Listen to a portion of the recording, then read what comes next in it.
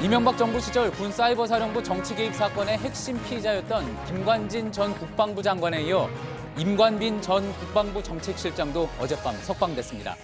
핵심 피의자들이 모두 풀려나면서 이 전 대통령을 향하던 검찰 수사도 차질이 불가피해졌다는 지적이 나옵니다. 롯데홈쇼핑으로부터 뇌물을 받은 혐의를 받고 있는 전병헌 전 청와대 정무수석에 대한 구속영장이 기각됐습니다. 법원은 전 전 수석이 범행에 가담했는지에 대해 다툼의 여지가 있다며 기각 이유를 밝혔는데 검찰은 영장을 다시 청구하는 방안을 검토 중입니다. 울릉도에서도 지금 포항과 같은 방식의 지열발전소 건설이 추진되고 있습니다. JTBC가 정부 주도로 만든 보고서를 확인한 결과 이곳의 지열발전으로 지진이 발생할 수 있으니 잘 관찰해야 한다는 내용이 담겨 있었습니다. 특히 규모 4.0의 지진 발생 가능성도 언급됐습니다. 성범죄 피해 여성들이 개인정보가 유출될 수 있다는 우려 때문에 가해자에 대한 손해배상 소송을 포기하는 사례가 잇따르고 있습니다. 얘기 듣고 지금 저는 한숨도 못 잤어요. 그 사람이 혹시 누구 시켜서 나한테 보복하지 않을까? 금전적인 배상을 받으려면 가해자에게 자신의 실명과 거주지를 밝혀야 하는 현행 소송제도의 문제를 짚어봅니다. 아이돌 그룹 방탄소년단이 오늘 미국을 비롯한 세계 50여 개 나라에서 애플 아이튠스 노래 순위 1위에 올랐습니다. 주요 뮤직비디오의 유튜브 조회수는 모두 합쳐 17억 건을 훌쩍 넘기면서 새로운 한류 열풍을 일으키고 있습니다. JTBC 뉴스룸 지금 시작합니다. 에너지를 쓰던 자동차가 수소로 에너지를 만드는 시대로 현대자동차. 이명박 정부 시절 군 사이버사령부 정치 개입 사건의 핵심 피의자였던 김관진 전 국방부 장관에 이어 임관빈 전 국방부 정책실장도 어젯밤 석방됐습니다. 임 전 실장은 내 위 상관도 풀려났으니 나도 풀어달라고 해야겠다라면서 구속 적부심을 요청했는데 법원이 이를 역시 받아들인 겁니다. 법원은 김 전 장관의 경우처럼 범죄 성립에 다툼의 여지가 있다며 영장실질심사의 판단을 뒤집었습니다. 한 법원 내에서도 이렇게 엇갈리면서 논란이 큽니다. 군 사이버 사령부에 대한 수사에도 제동이 걸렸습니다. 김필중 기자입니다. 김관진 전 국방부 장관은 검찰 조사에서 2012년 당시 군 사이버 사령부 요원을 확충하고 호남 출신을 배제하는 데 이명박 전 대통령의 지시가 있었다고 자백했습니다. 김 전 장관은 2012년 총선과 대선 무렵 사이버 사령부의 정치 공작 결과를 이 전 대통령에게 보고한 사실도 일부 인정한 것으로 알려졌습니다. 검찰은 사이버사의 정치 공작 활동에 김 전 장관과 임관빈 전 국방부 정책실장이 공모했다고 보고 구속영장을 청구해 발부받았습니다. 핵심 피의자였던 두 사람의 신병을 확보했던 검찰은 김태호 당시 대외전략 비서관 등 사이버사와 관련한 이명박 전 대통령의 측근들을 조사한 뒤 이 전 대통령에 대한 소환 여부까지 결정할 예정이었습니다. 하지만 주요 혐의가 소명됐다며 영장을 발부했던 법원이 두 사람을 잇따라 석방했습니다. 자신들의 구속이 합당한지를 다시 판단해달라는 구속 적부심 요청을 받아들인 겁니다. 청와대로부터 진짜 없었습니까? 어떻습니까? 한 말씀만 해주십시오. 예, 앞으로 수사에 계속 성실임할 겁니다. 법원은 혐의에 대해 다툼의 여지가 있고 증거인멸 등의 염려가 있다고 보기 어렵다며 석방 이유를 밝혔습니다. 법원이 두 사람의 석방 결정을 내림에 따라 수사 일정에도 차질이 생길 것으로 보입니다. JTBC 김필주입니다. 이번에 두 사람의 석방을 판단한 구속 적부심과 또 앞서 이들의 구속을 결정했던 영장실질심사, 이 둘을 비교할 때 달라진 상황은 거의 없습니다. 다만 판사만 바뀌었는데 결국 누가 심사를 하느냐에 따라 구속 여부가 결정된 셈입니다. 구속 판단의 기준을 명확하게 해야 한다는 지적이 나옵니다. 이서준 기자입니다. 지난 11일 강부영 영장 전담 판사는 김관진 전 장관과 임관빈 전 실장에 대한 구속 영장을 발부했습니다. 강 판사는 범죄 혐의가 소명되고 증거인멸의 염려가 있다는 발부 사유를 밝혔습니다. 하지만 구속 적부심을 맡은 신광열 형사수석판사 재판부는 혐의에 관해 다툼의 여지가 있고 증거인멸 염려가 크지 않다는 정반대의 사유로 석방을 결정했습니다. 구속과 석방 결정 간 차이는 판단하는 판사의 차이뿐이었습니다. 판사가 누구냐에 따라 상반된 결정이 잇따라 나오면서 영장 판단 기준이 불명확한 점을 법원 스스로 인정한 셈이란 지적도 나오고 있습니다. 구속 여부를 판단하는 판사의 고향이나 출신 학교 등 신상 정보에 대한 정치권 논란도 커지고 있습니다. 송영길 더불어민주당 의원은 자신의 SNS를 통해 신광열 판사에 대해 우병우 전 수석과 동향의 같은 대학 연수원 동기라며 비판했습니다. 반면 야당인 장제원 의원은 사법부의 판결이 입맛에 맞지 않는다고 판사의 신상 털기가 시작됐다고 밝혔습니다. JTBC 이서준입니다. 김관진 전 국방부 장관은 구속 11일, 임관빈 전 국방부 정책실장은 구속 13일 만에 각각 석방이 됐습니다. 사이버사의 정치 개입 수사의 핵심 인물 2명이 잇따라 풀려난 셈인 거죠. 검찰 취재하고 있는 이재희애 기자와 함께 한 걸음 더 들어가 이야기 나눠보도록 하겠습니다. 자, 이 기자. 자, 구속이라는 건 결국 더 원활한 수사를 위해서 필요하다고 해서 하는 건데 결국은 둘 다 풀려났습니다. 검찰 수사가 상당히 힘들어진 상황일 것 같은데 어떤 반응을 내놓은 게 있습니까? 네, 검찰은 임관빈 전 실장이 청구한 구속적부 심사에서 어젯밤 법원이 인용 결정을 내린 데 대해 당혹감을 감추지 못하고 있습니다. 예. 임 전 실장에 대한 법원 판단이 나온 직후에 검찰 관계자는 말할 필요도 없다면서 답답한 심경을 나타냈습니다. 임 전 실장의 경우는 군사이버사가 정치 댓글을 달도록 하는 과정에서 김 전 장관의 구체적인 지시가 있었다고 진술을 한 인물입니다. 예. 결국 군사이버사령부의 정치 개입을 지시하고 이를 충실하게 실행한 인물 모두가 석방이 된 겁니다. 이 때문에 검찰 내부에서는 군사이버사 정치 개입 수사를 하지 말라는 것 아니냐는 말까지 나오고 있습니다. 예, 수사 자체를 하지 말라는 것 아니냐. 상당히 좀 극단적인 이야기까지 나오는 것 같은데 재판부가 이렇게 설명을 했습니다. 범죄 성립에 다툼의 여지가 있다. 이건 결국 범죄가 유력하다고 보일 때 구속 수사를 하는 건데 그렇지 않기 때문에 구속을 할 수가 없다. 뭐 이렇게 얘기한 셈이라 수사를 하지 말라는 것 아니냐 뭐 이런 이야기까지 나오는 거겠군요. 네, 맞습니다. 임 전 실장의 구속적부 심사를 담당한 재판부는 김관진 전 국방장관의 구속적부 심사를 했던 곳과 동일한 형사수석부입니다. 예. 형사수석부는 이번에도 범죄 성립에 다툼의 여지가 있고 증거인멸의 우려가 없다고 했는데요. 이는 김 전 장관이나 임 전 실장 측의 입장이 일견 타당하다는 뜻으로도 해석이 됩니다. 예. 하지만 앞서서 이들 둘의 영장실질 과정에서는 영장 전담 판사가 혐의가 소명이 된다면서 정반대 이유로 영장을 발부했었습니다. 예, 그러니까 한 번 더 정리를 하면은 맨 처음 구속을 결정했을 때 받았던 건 영장 실질 심사고요. 그때 이제 구속 결정이 됐고 그걸 받아들일 수 없다 그래서 중간에 구속적부심을 또 했는데 거기서는 풀어줘야지 된다 그렇게 결정이 난 건데 결국 아무리 중요한 사건이라도 뭐 판사나 재판부가 달라진다 그러면은 구속 여부에 대한 판단도 달라질 수 있다 뭐 이런 지적이 나오겠군요. 네, 자백이나 합의와 같은 상황 변경 없이 오직 판사가 달라졌다는 이유만으로도 상반된 그 결정이 연달아서 나온 건데요. 예. 학계에서조차 이런 말이 나옵니다. 한번 들어보시죠. 예. 예컨대 형사상의 합의가 됐다거나 피해자와 대개는 인용 사유거든요. 근데 이거는 전혀 그것이 아닌데 석방되고 하는 것은 이제 굉장히 좀 좋지 않는 선례. 실제 논란이 된 구속적부 심사 제도는 구속의 적정성을 법원에서 다시 한번 받아볼 수 있는 제도인데요. 그간 구속적부 심사로 중요 사건의 피의자가 풀려나는 경우는 극히 드물었었습니다. 예. 지난해 인용률은 15.1%였고 예. 2010년 30.4%와 비교할 때 꾸준히 줄어드는 추세를 보였습니다. 예, 그렇게 줄어든다는 거 그만큼 한 사건을 두고 다른 판단을 내리는 것에 대해서 그만큼 법원도 이제 부담이 있다는 걸 텐데 자 어쨌든 이번에 이렇게 엇갈리게 판결이 결정이 된 사례도 있으니까 영장 심사 기준을 좀 더 명확하게 세워야 된다 뭐 이런 지적도 나올 수 있겠군요. 네, 기본적으로 영장실질심사가 제도가 도입이 된 건 지난 1997년입니다. 예. 피의자에 대한 인권을 보장하기 위해서 도입이 됐지만 벌써 20년이나 지난 만큼 구속영장 발부에 대한 판단 기준이 더 명확해져야 된다는 지적이 끊이지 않고 있습니다. 법원은 구속수사보다는 불구속수사 원칙이고 예. 구속적부 심사나 영장 재청구로 얼마든지 이를 보완할 수 있다는 입장입니다. 예. 지금까지 사회부 이지혜 기자였습니다. 한편 법원은 오늘 새벽 전병헌 전 청와대 정무수석에 대한 구속영장을 기각했습니다.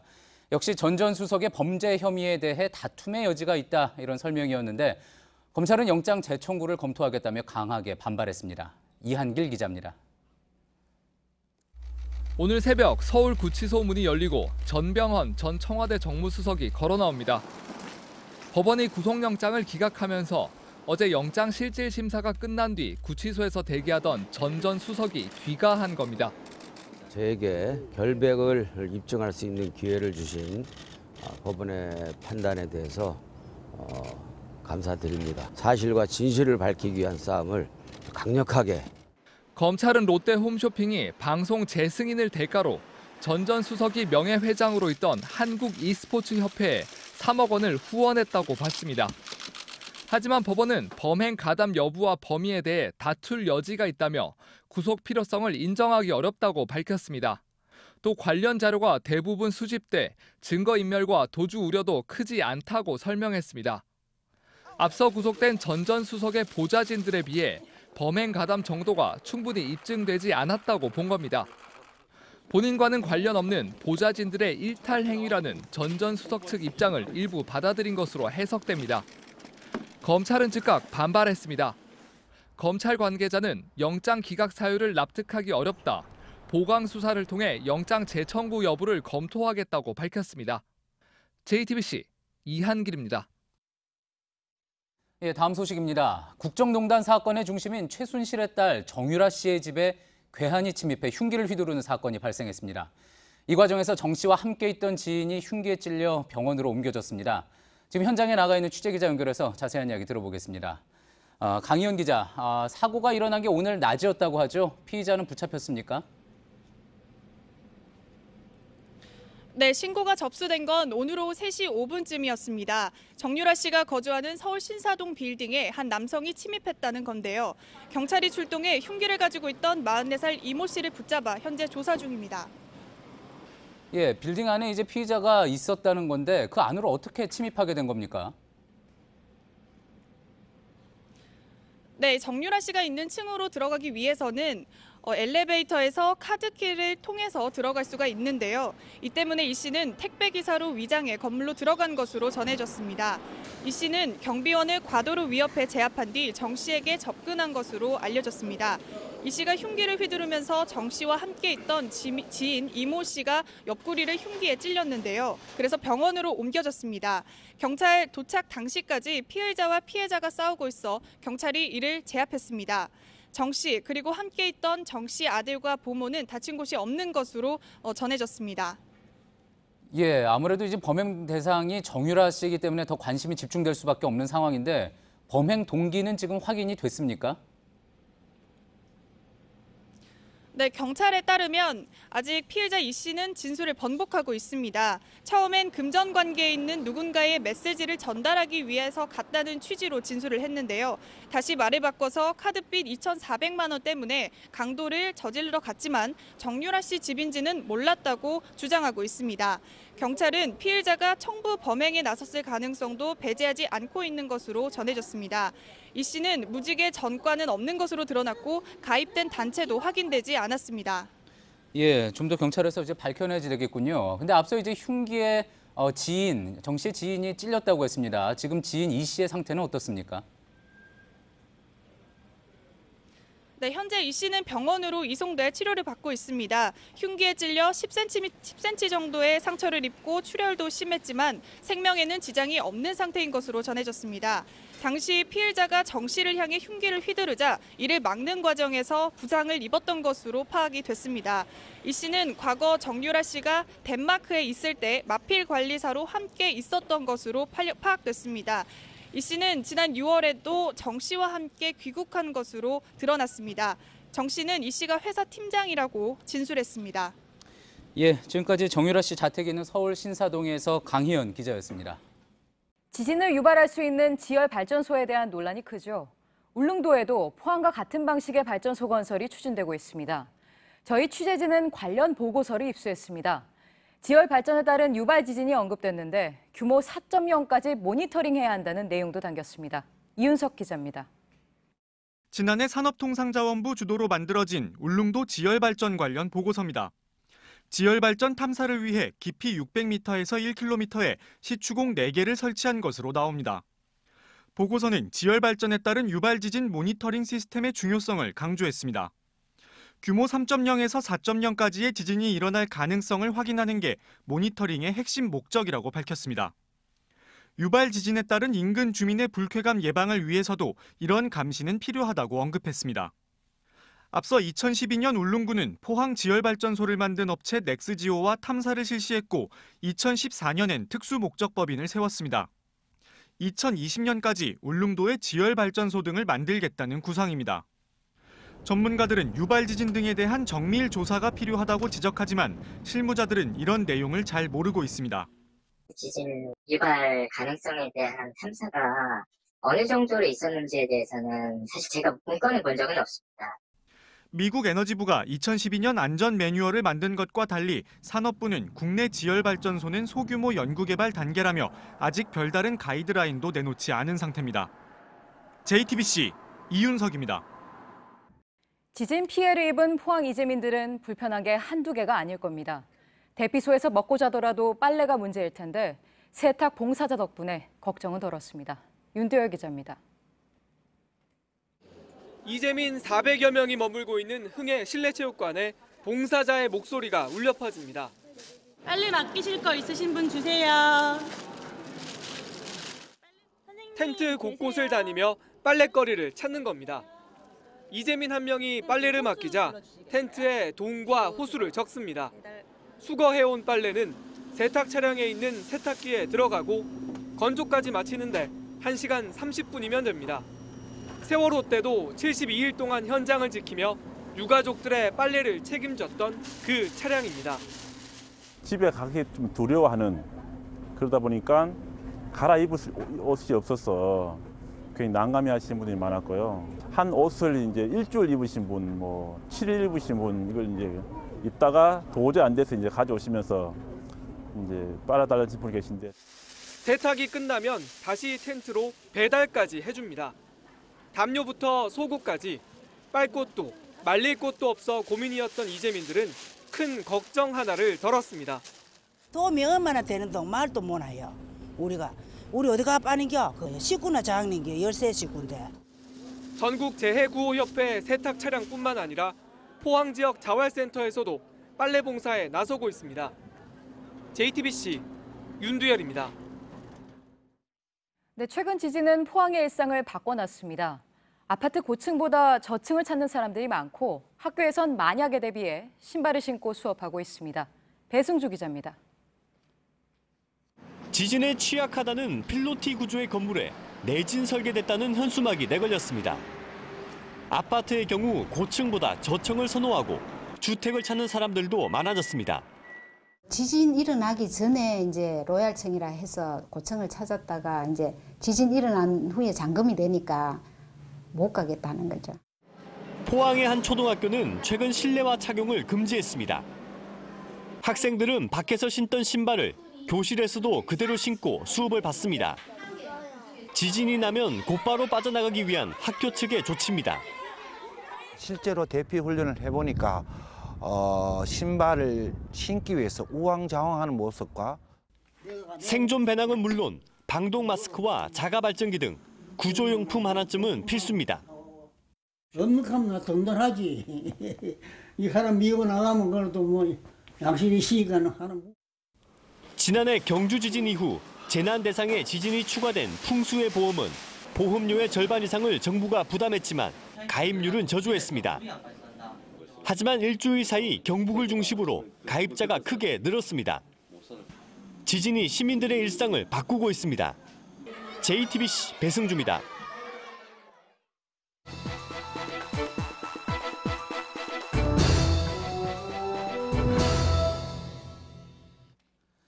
최근 성범죄에서 피해 여성들이 가장 두려워하는 것 중 하나가 2차 피해입니다. 자신의 개인정보가 외부에 알려지거나 혹시 모를 보복 때문입니다. 그래서 재판에 증인으로 나오는 여성들은 가명을 써서 보호하는 경우가 많습니다. 그런데 피해 여성들이 현행 소송제도에 두 번 울고 있습니다. 피해자가 손해배상을 요구하면 개인정보가 가해자에게 넘어가기 때문입니다. 강현석 기자입니다. 3년 전 가게를 찾아온 손님에게 성폭행을 당한 30대 여성 A씨는 최근 두려움에 잠을 이루지 못합니다.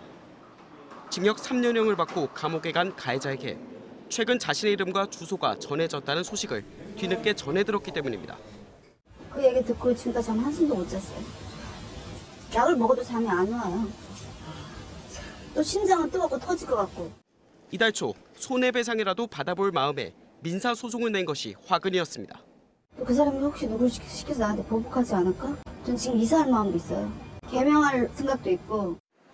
클럽에서 처음 만난 남성에게 성폭행을 당할 뻔한 20대 여성 B씨는 손해배상 소송 자체를 포기했습니다.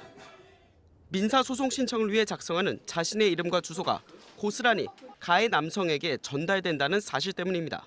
본인과 관련된 정보가 알려질 수도 있다라는 설명을 듣고 나서는 절차를 진행하지 않겠다, 포기하겠다.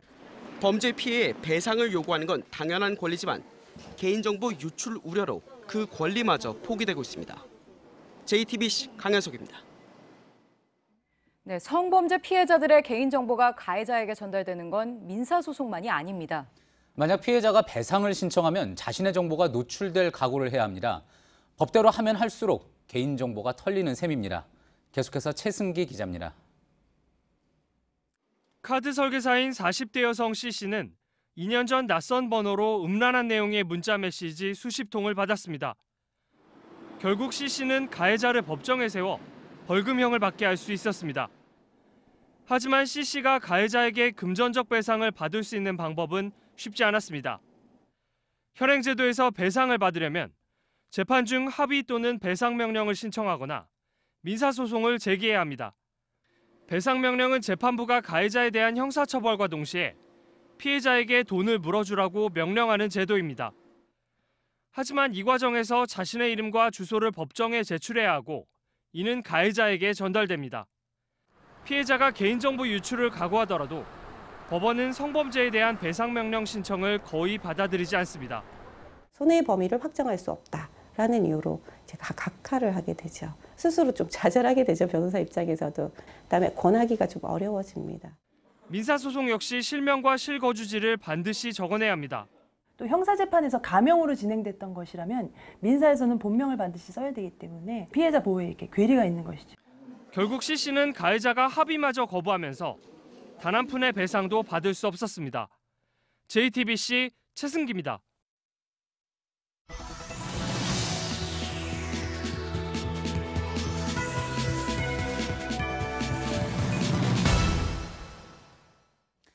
예, 지금 제 뒤의 영상은 지금 전남 여수에서 운행 중인 해상 케이블카의 모습입니다. 2014년 운영을 시작한 이후 11개월 만에 탑승객 200만 명을 돌파하면서 상당한 수익을 내고 있는데 이런 성공 사례에 자극을 받은 다른 지자체들이 앞다퉈서 케이블카 설치에 나섰습니다. 현재 케이블카 사업을 추진 중인 곳이 전국에 무려 30여 곳. 모두가 수익을 낼 수 있을지도 불투명하지만 결국 자연이나 문화재만 훼손하게 될 거란 우려도 심각합니다. 그런데 어제 설악산 오색 케이블카 사업이 문화재청의 허가를 받았습니다. 한동안 잠잠했던 갈등이 또다시 커질 조짐입니다. 조민중 기자가 전합니다. 케이블카 사업은 추진되는 곳마다 환경 파괴와 지역 경제 활성화 논리가 맞붙었습니다. 설악산 오색 케이블카 사업도 설악산에 멸종 위기종 1급인 사냥 56마리가 살고 있었기 때문에 논란은 더 커졌습니다. 실제로 문화재청이 지난해와 올해 2차례나 사업을 부결시켰습니다. 하지만 중앙행정심판위원회는 문화재 보존뿐 아니라 활용도 중요하다며 문화재청의 결정을 뒤집었고 문화재청은 결국 사냥 번식기에 야간 공사를 하지 말 것 등 조건을 붙여 허가했습니다. 이에 따라 대부분 지역에서 환경 파괴 논란으로 케이블카 사업들이 주춤했지만 분위기가 반전됐습니다. 현재 케이블카 사업은 울산 신불산, 전북 진안 마이산 등 전국 30여 곳에서 추진 중입니다. 자연 파괴 논란이 계속되고 있는 신불산 케이블카 사업은 지난 6월 정부 중앙투자심사를 조건부 통과했고 청실 배나무와 삭 등 천연기념물 서식지가 있는 마이산 사업은 현재 영역이 진행 중입니다. 환경성과 자연건강의 가치에 대해서는 극명하게 확인된 바 있고요. 단순 자본의 논리일 뿐이다. 문화재청의 이번 결정으로 케이블카 설치를 둘러싼 논란은 더 커질 것으로 보입니다. JTBC 조민중입니다. 보통 직장인들의 연말정산은 2월에 하죠. 그런데 해가 넘어가기 전에 미리 챙겨놔야 하는 것들이 있습니다. 올해 결혼을 했다면 연내 혼인신고를 마치는 게 좋고 또 고시원에 사는 경우 월세 공제를 받으려면 전입신고를 서둘러야 합니다. 이주찬 기자가 하나하나 짚어드립니다. 올해 안에 꼭 혼인신고를 마쳐야만 연말정산 때 부부공제 혜택을 받을 수 있습니다. 외벌이 부부는 배우자 공제를 받을 수 있고 맞벌이인 경우 아내가 연봉 4,147만 원 이하면 부녀자 공제 대상입니다. 올해부터는 고시원에 사는 경우도 월세 공제를 받을 수 있습니다. 단 임대차 계약서의 주소지와 주민등록등본 주소지가 같아야 합니다. 연말까지 전입신고를 서둘러야 하는 이유입니다. 본인뿐 아니라 가족의 주소지도 잘 챙겨야 합니다. 함께 사는 만 20살 이하나 장애인 공제 대상자인 형제자매가 있으면 부양가족 공제나 교육비 공제를 받을 수 있습니다. 혹시 형제자매와 본인의 주소지를 아직 합치지 않았다면 올해 안에 주소를 옮겨야 합니다. 연말까지 중고차를 신용카드로 사면 구입 비용의 10%를 공제받을 수 있습니다. 올해 중간에 입사해서 월급을 몇 달치만 받은 경우는 내 소득이 면세 기준 이하인지 꼼꼼히 따져보는 것이 좋습니다. 올해 면세 대상자라면 목돈을 쓰는 건 내년까지 미뤘다가 다음에 소득공제를 받는 것이 이득입니다. JTBC 이주찬입니다. 국내 비트코인이나 이더리움 같은 가상화폐를 사고 파는 거래소가 많아지면서 그 거래 규모가 코스닥 시장을 넘볼 정도로 커졌습니다. 외국계 거래소들도 속속 국내에 진출하고 있는데 하지만 제대로 된 규제 장치가 없어 글로벌 투기판이 되는 게 아니냐는 우려가 나옵니다. 이태경 기자입니다. 미국 기업과 손잡고 지난달 문을 연 이 거래소는 120개가 넘는 가상화폐를 취급합니다. 일본 기업과 합작한 거래소도 이달 문을 열었습니다. 중국 최대 가상화폐 거래소도 다음 달 국내 시장에 진출합니다. 이렇게 외국 거래소들이 우리나라로 몰려오는 건 규제 무풍지대이기 때문입니다. 통신 판매업자로 등록만 하면 누구나 문을 열 수 있고 중개 수수료는 주식의 10배나 됩니다. 서버 용량이 부족한 상태에서 거래 화폐를 늘렸다가 접속 장애가 발생하는 일도 잦습니다. 이렇다 보니 시장 과열을 우려하는 목소리가 커집니다. 10초 만에 90까지 갔다가 50까지 떨어진 걸 봤거든요. 처음에는 한참 뜨고 그래서 한번 했는데 보니까 많이 위험한 것 같더라고요. 미국 뉴욕주에선 4종류의 가상화폐밖에 거래를 못합니다. 거래소 인가 기준도 까다롭습니다. 중국은 가상화폐 거래 대금을 위안화로 찾는 걸 금지하고 있습니다. 반면 우리 정부는 대책팀을 꾸린 지 2달이 됐는데 아직 별다른 성과가 없습니다. 가상화폐 시장이 글로벌 투기판으로 전락하지 않으려면 규제 방안이 빨리 나와야 한다는 지적입니다. JTBC 이태경입니다. 제주시 협재해수욕장에 가보면 비양도라는 작은 섬을 볼 수 있습니다. 이 드라마 촬영지로도 알려진 아름다운 섬인데 몇 년 전부터 흑염소들 때문에 골치를 앓고 있다고 합니다. 네, 농가에서 도망친 염소들이 급속히 번식해 섬의 생태계가 엉망이 되고 있습니다. 최충희 기자입니다. 제주시 한림항에서 배로 10여 분이면 닿는 섬 속의 섬 비양도. 섬 중앙 쪽 비탈을 올라가자 여기저기 배설물이 보이기 시작하고 수십 마리의 흑염소 무리가 모습을 드러냅니다. 비양도 흑염소는 1960년대 농어촌 소득증대 사업의 하나로 들여와 키우기 시작했습니다. 그런데 5년 전부터 울타리를 넘은 흑염소가 사람의 손을 벗어나 야생에서 살아가고 있습니다. 번식력도 좋아 지금은 200마리가 넘는 것으로 추정됩니다. 시세는 많이 사는 다 해준되고 나무도 심지도 못하고. 무리지어 몰려다니는데 땅을 파헤치는 습성도 있습니다. 울타리 밖으로 도망친 흑염소들은 주로 이곳 비양봉 정상으로 몰려듭니다. 결국 이곳은 풀들은 사라지고 모두 흙밭으로 변해버렸습니다. 이 때문에 비양도 정상의 비탈길은 토지가 침식돼 생태계가 망가졌습니다. 하지만 해결은 쉽지 않아 보입니다. 도망친 염소들도 일단 원래 주인 소유로 인정되는 데다 방목지 대부분이 농가들의 사유지이기 때문입니다. 제주도는 내년 예산에 1억 원의 흑염소 수매 비용을 책정해 염소 소유 농가와 협상할 계획입니다. JTBC 최충일입니다. 한편 동해안에서는 오징어 때문에 비상입니다. 어획량이 줄기 시작한 건 꽤 오래된 얘기인데 해외에서도 잘 잡히지 않고 있다고 합니다. 오징어 횟집도 문제지만 가공업체들도 원료가 부족해 문을 닫고 있습니다. 조승현 기자입니다. 껍질을 벗긴 오징어를 가늘게 잘라 진미채를 만드는 작업이 한창입니다. 하지만 이 오징어 가공업체는 다음 주면 문을 닫습니다. 40여 명의 전 직원이 이미 권고 사직 통보를 받았습니다. 갑자기 생활이 안 되잖아요. 그래서 저희들 고민이에요. 어떻게 해야 될지. 다른 업체의 사정도 마찬가지입니다.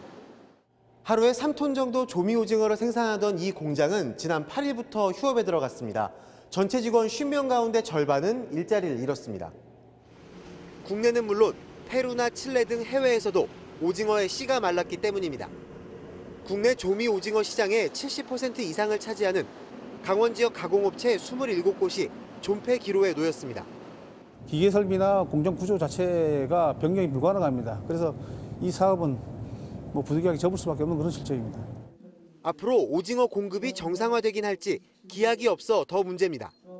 대출금 상환 연기와 일자리 제공 등 정부와 수협에서 대책을 마련하고 있지만 근본적인 처방은 아닙니다. 이런 상황이 장기화되면 국산 오징어 제품이 사라질 날도 머지않았다는 우려가 나옵니다. JTBC 조승현입니다. 이집트의 이슬람 사원에서 테러가 나 최소 300명이 숨지고 100명 가까이 다쳤습니다. 테러범들은 탈출하는 신도들에게 총을 난사하는 잔혹성을 드러냈습니다. IS의 패퇴에도 지역 세력들 간의 테러 경쟁이 이어질 거라는 전망입니다. 연주환 기자입니다. 바닥엔 천으로 덮인 시신들이 가득하고 주위엔 핏자국이 선명합니다. 들것으로 쉴 새 없이 부상자들을 실어 나릅니다. 현지 시각 24일 이집트 시나이 반도 한 이슬람 사원에 40여 명의 무장괴한이 금요 예배를 보던 신자들에게 폭탄을 터뜨렸습니다. 사원을 포위한 뒤 밖으로 나오는 예백에게 무차별 총격을 가했습니다. تمام وبعد كده العيال الصغيره اللي اتضرب واللي ما اتضربش اللي بيبص له بيقول له اطلع بره طلعوا الناس بره الجامع مش كلهم الاطفال بس 괴한들은 타고 온 지프 차량을 폭파해 길을 막고 도주했습니다. 이집트군은 인근 산악지대에 보복 공습을 벌여 테러 단체의 은신처와 차량, 무기고 등을 파괴했다고 밝혔습니다. 현지 당국은 이번 테러를 시나이 반도에 근거지를 둔 IS 이집트 지부의 소행으로 보고 있습니다. 교리보다 신과 합이라는 체험을 강조하는 수피파를 노렸다는 겁니다. 미 워싱턴 포스트는 IS가 중동 거점을 상실한 뒤 지부들이 경쟁하는 구도의 결과라고 분석했습니다. 선명성을 드러내기 위해 테러가 더 잔혹해질 수 있다는 경고입니다. JTBC 연지환입니다. 블랙 프라이데이엔 소비자들이 쇼핑몰에 몰릴 거라 생각되지만 그건 예풍경 같습니다. 온라인 쇼핑이 오프라인을 추월하고 있습니다. 심재우 특파원입니다. 문이 열리길 밤새 기다렸던 고객들이 매장 안으로 쏟아져 들어옵니다. 이른바 도어버스터입니다. 미국 추수감사절 다음 날인 올해 블랙 프라이데이에서 이런 진풍경이 예전만 못하다는 평가입니다. 중소도시의 전자매장 앞에서 대형 TV를 싸게 사려고 천막을 치고 기다리는 경우가 예전의 명성을 말해줍니다. 많은 사람들이 온라인 쇼핑으로 갈아탄 까닭입니다. It is very less. From what I realized, it's very, very less. It hasn't been the same. Like we usually have like a whole line throughout the whole building, and it's not that crazy like it used to be. 전미 소매연맹 조사에서 블랙 프라이데이 시즌에 온라인 쇼핑으로 대신하겠다는 미국인이 59%입니다. 사상 처음으로 오프라인 쇼핑을 넘어섰습니다. 온라인 쇼핑몰들이 경쟁적으로 손님 유치에 나서면서 블랙 프라이데이 하루가 아닌 11월 내내 파격 세일입니다. 이른바 블랙 노벤버입니다. 이 때문에 추수감사절에 문을 닫는 쇼핑몰도 늘었습니다. 추수감사절 다음 첫 월요일 사이버 먼데이도 유명무실해졌습니다. 가장 큰 수혜자는 아마존입니다. 현재 온라인 쇼핑에게 쓰는 1달러 가운데 42%를 가져갈 정도입니다. 인터넷의 바다가 현실 세계를 위협하고 있습니다. 멀지 않은 미래에 블랙 프라이데이라는 용어가 전설로 남을 것으로 보입니다. 뉴욕에서 JTBC 심재호입니다. Making their US TV debut, make some noise for BTS. BTS. 7명의 소년들을 보시죠. 그렇습니다. 방탄소년단 BTS입니다. 얼마 전 미국 LA에서 열린 아메리칸 뮤직 어워드에 방탄소년단이 등장했습니다. 잠시 보시겠습니다.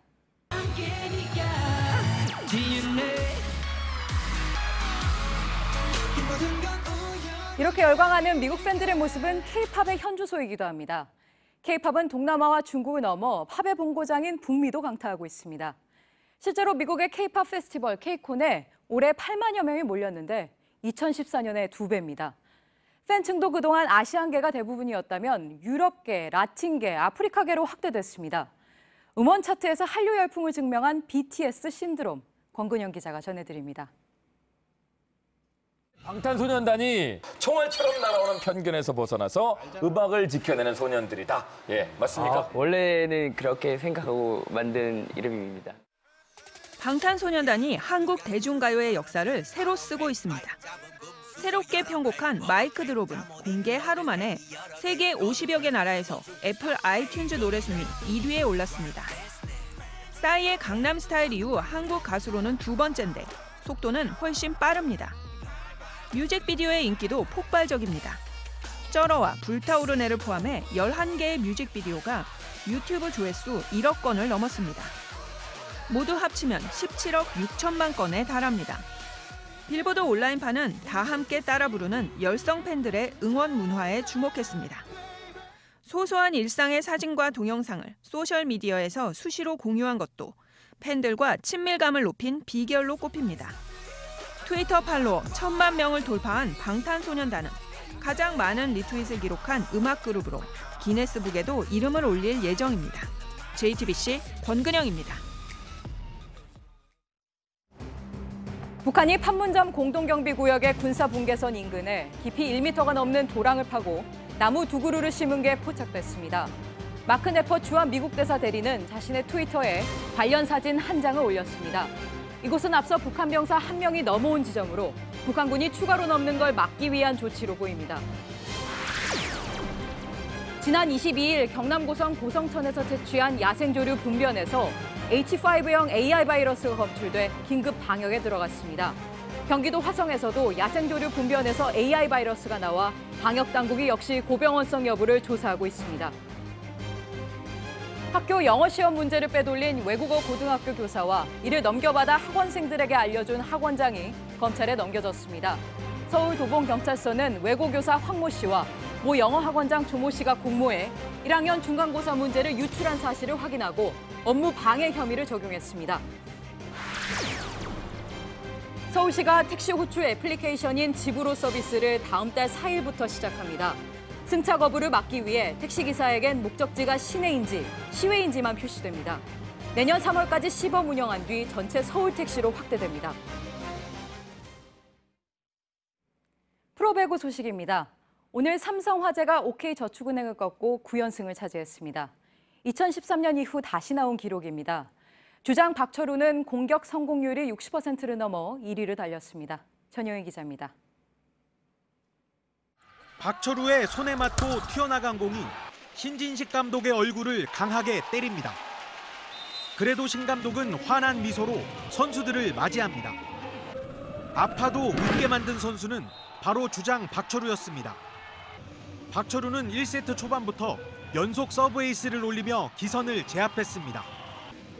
2세트에선 강한 서브는 물론 힘이 넘치는 스파이크와 재치 있는 밀어넣기 등 배구의 모든 것을 선보였습니다. 수비에선 리베로 부용찬이 고비마다 몸을 던지며 팀의 투혼을 불어넣었습니다. 삼성화재는 OK저축은행을 세트스코어 3대0으로 꺾었습니다. 2013년 이후 1746일 만에 9연승을 차지한 겁니다. 박철우는 공격 성공률에서 60%를 넘어서며 큰 격차로 1위를 달리고 있습니다. 지난 시즌 4위로 부진했던 삼성화재는 박철우를 앞세워 4년 만에 통합 우승을 노립니다. 단독 선두를 달리고 있는 삼성화재는 오는 29일 우리카드를 상대로 10연승에 도전합니다. JTBC 전영입니다. 천둥을 동반한 강한 비는 밤까지 이어지겠습니다. 비는 내일 낮까지 계속되며 강원 북부 산지에는 눈이 내리겠습니다. 비가 그친 뒤에는 기온이 뚝 떨어지고 바람도 강하게 불어 춥겠습니다. JTBC 뉴스룸 저희가 오늘 준비한 소식은 여기까지입니다. 시청해주신 여러분 고맙습니다.